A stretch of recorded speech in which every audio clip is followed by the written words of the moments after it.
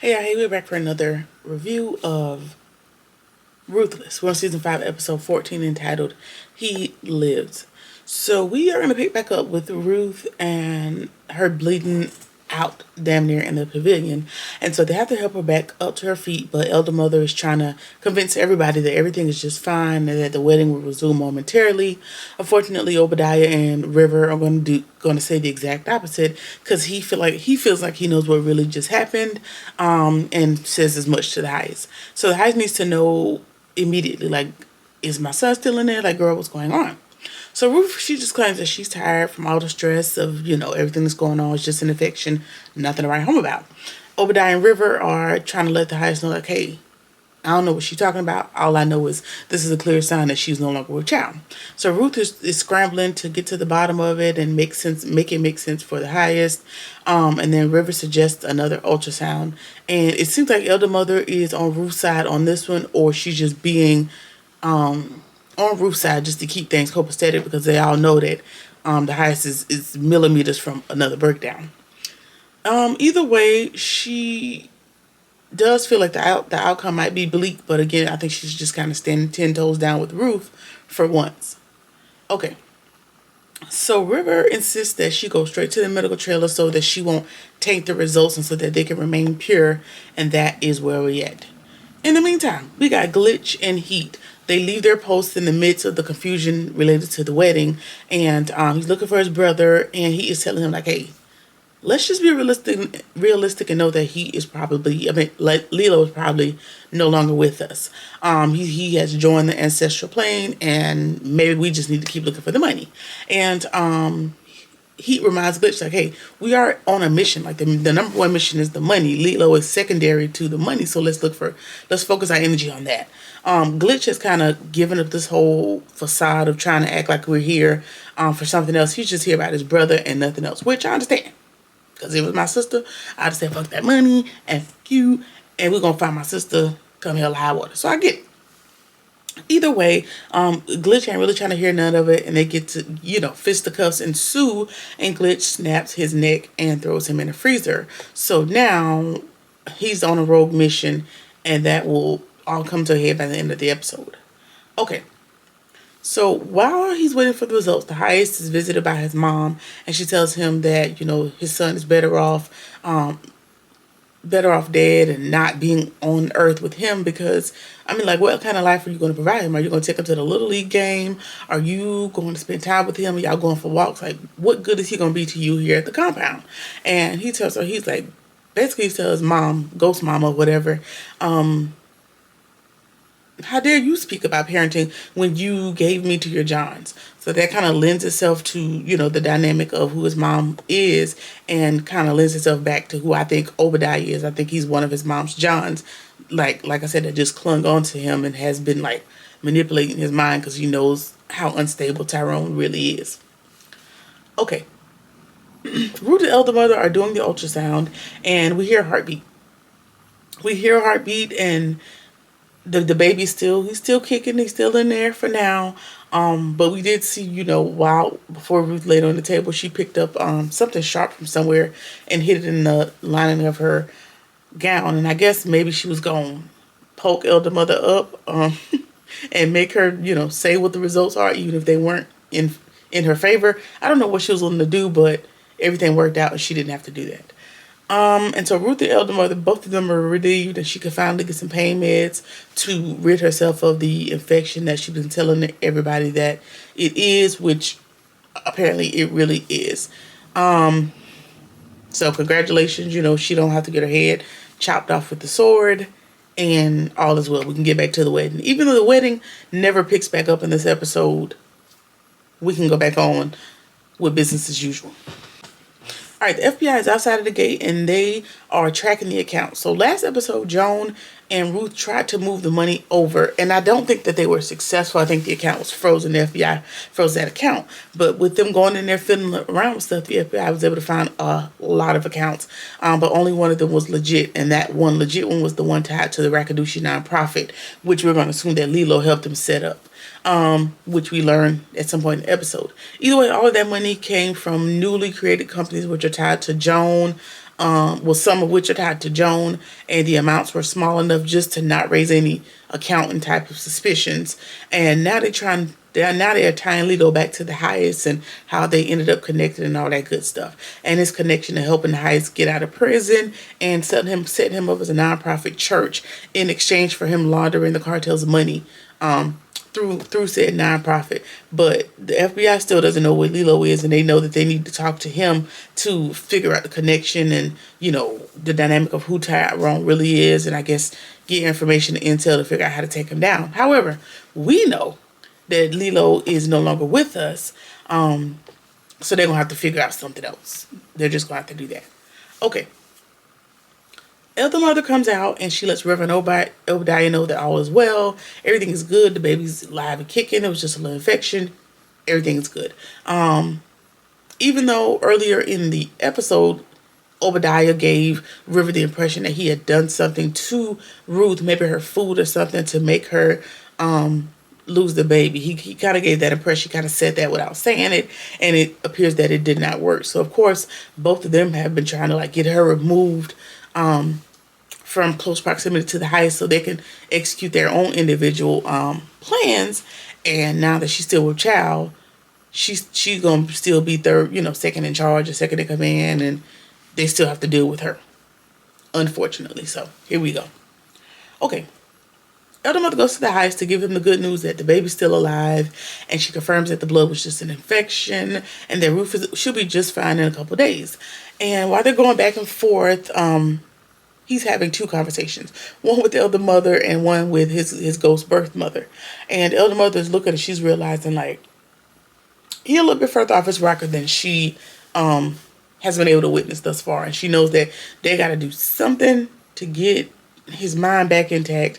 So she's going to be hounding Ruth here soon to figure out how we can work together to get him back on track. Okay. She immediately runs to Ruth. Well, she don't run nowhere. Either way, she wobbles up to Ruth and tells her about the Highest. All his meds are gone. I took him to the kitchen. They ended up gone. We know Obadiah got rid of him. And they can't get any more right now because there's a blockade. The FBI's blockading the outside, so they can't go fill a prescription. So there may be another way in the meantime. She's going to have someone go get some ginkgo leaves. I'm going to presume it's an herb, and the leaves are going to be good for, giving you that dopamine, that happy feeling. These are my assumptions, okay? Somewhere outside the compound. Of course, it's going to be right outside the compound. And now she has to look for Ruth so we can go find some sort of answers, so we can get the ginkgo leaf, make a tea or something, and while it ain't going to hold him forever, it'll maybe put him in a happy enough space so he's not delusional, So Joan goes to Ruth, so Ruth can barely take the pain meds to get herself back in order, and everybody's just hounding her with, hey, what we need to do about this and this and this and this and this. So now we got another this that we need to talk about. So Joan goes to Ruth because the account that they tried to move the money from appears to be frozen by the FBI, and she's like, okay, well, you need to figure out another way around this, girl. I don't know what to tell you. And so that'll be developing in the coming episodes as well. All right, so one of the soldiers, they find heat in the freezer and bring the Highest and River and Andrew, I think that's everybody, to come see it. And so Highest realizes, now we got more heat that's going to be coming down on us because that guy has a tattoo that's tied to a cartel-specific tattoo. And so, people look at him like, how you know this cartel-specific tattoo? Don't worry about all that. We need to figure out who did this and how we can, adjust and overcome the situation. And now River has to figure out who did it, bring him to justice, something else that's going on, along with the million other things that started happening on the compound. So now they got to find Glitch because they know Glitch is tied to heat and figure out who he is and how he's tied to, figure all this out, right? And then Manny tells River and Andrew that Glitch was asking some pretty weird questions, and they're looking at him like, why would you even answer any questions that a new person is asking you? Reasonable, but don't really matter at this point. He's gotten some sort of intel, some sort of information. All right. Zane gets information about heat and his body and Basically she did a little reverse psychology to get the information out of Manny. Of course, she needs that information to take it back to Ruth because there's things happening on the compound that the girls didn't know, and they need to do some intel to find out so they can get their own side plans together. And she knew that she recognized that tattoo because she was one of the girls that they rented out to Lilo for sex work. And she knew who he was, and she knew that something suspicious, and so now she got all of that intel, to do with her information what she will. All right. The heist tells Ruth that he felt powerless when he thought that the baby was gone, and she tells him like, "Hey, that's just what it feels like to have a parent's love. You're not a bad person. Blah blah blah blah blah." Then she reminds him that, but what was bad is the fact that Obadiah and River were the reasons that you even doubted that I was unable to carry the baby, that the baby was gone in the first place. And so I'm not sure if they trust your vision of what the future should be, because they were always second guessing me. And she suggests that he remove all those that in the compound that don't have his own agenda. And then he admits to Ruth, like, I don't know if a lot of my punishments have not turned out well. And then he goes on to admit to her that he sees his birth mother, and that she is tormenting him, and she assures him, that his birth mother, the ghost of the birth mother, is not in charge. Trying to reassure him, like, I think you'll be making the best decision possible. So I don't know. Obadiah and River might be in a danger yet again because she's been able to solidify her position yet again. So they keep playing with Ruth and not knowing like she's really in charge. Okay. Other mother has Obadiah on a mission to get the ginkgo leaves to help Ruth, under the guise of helping Ruth, but because of course he can't know that it's for the heist because he's the one that got rid of the pills to start with. So we got to give him some other type of information. And whoever's going to help him is, going out there under the guise of getting better favor with the Raku and with the highest and blah, blah, blah. Sending somebody else on a dummy mission. So they send a young soldier outside of the gate to go get it. She's described what the flowers look like. This is every sin you've ever done will be absolved if you can get this done. Blah, blah, blah, blah, blah.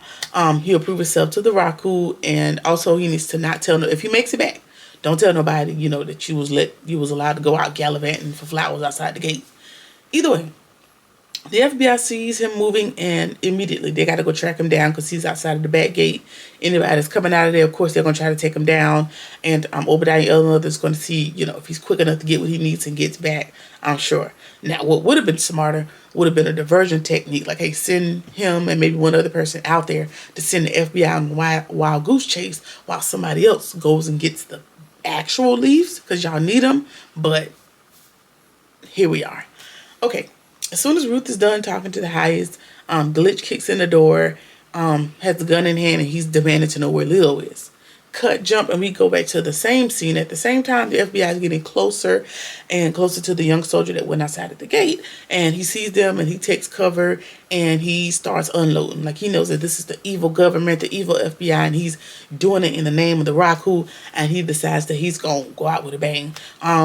And Cal does get hit in the shoulder. And to return the favor, Cal decides, I'm going to go ahead and hit you everywhere, including your shoulder. And so that's going to be the end of the young soldier and the end of the mission, unfortunately. So he did, he did it for the Raku. Congratulations. Okay. We see Benjamin. Benjamin's telling the heist that he's Lilo's brother. I guess his name is not Glitch, it's Benjamin. Don't I look familiar? Maybe the heist has seen him before. He's just recognizing him. Whatever. I'm Lilo's brother, and I need to know who he is. And of course, Ruth is running interference, and she's like, "Listen, there are guards everywhere, so you're not even going to escape." And he's like, "Don't worry about me. Just let me know who my brother is. Like, that ain't even my concern. Let me know who my brother is, so we can go." And then he starts to count down because he's about to execute Ruth, and she tells him, like, "Listen, I'll give you all the money. I'll give you everything that we got going on." And so we're going back and forth with a lot of dialogue. And then the heist tells him, like, "Listen, don't do nothing to my baby mama. Don't hurt her." Lilo is gone. He gone on to be with him. He's out of here. A soldier took him out. It is what it is. But he doesn't want to believe it. He's really not buying the fact that his brother is no longer with us. And Andrew is patrolling the place, and he happens to walk up on the conversation, and he's like, "Oh, looking like, what's going on?" And then he runs inside of the trailer, and him and Benjamin get into a gunfight, glitch, whatever you want to call him. And Andrew, they're fighting over the gun. Andrew gets to jump on him and puts a nice sized hole in Benjamin. So we now know that that's the end of Benjamin. And that's how the episode ends. So Benjamin and Lilo have both met the makers inside of the compound. And I don't know why the cartels keep trying. Like, y'all, every person y'all sending there is ending up on some clouds on a t-shirt, but whatever. So of course, I don't know, that's gonna put them in even more danger when it comes to the cartels. So hell, the FBI might not be the worst thing for them at this point, but either way, that's it. That is episode 14. Let me know what y'all think about it in the comments. Let's talk about it. Like, comment, share, subscribe, or whatever it is that you feel like doing, and I'll see you in the next one. Peace.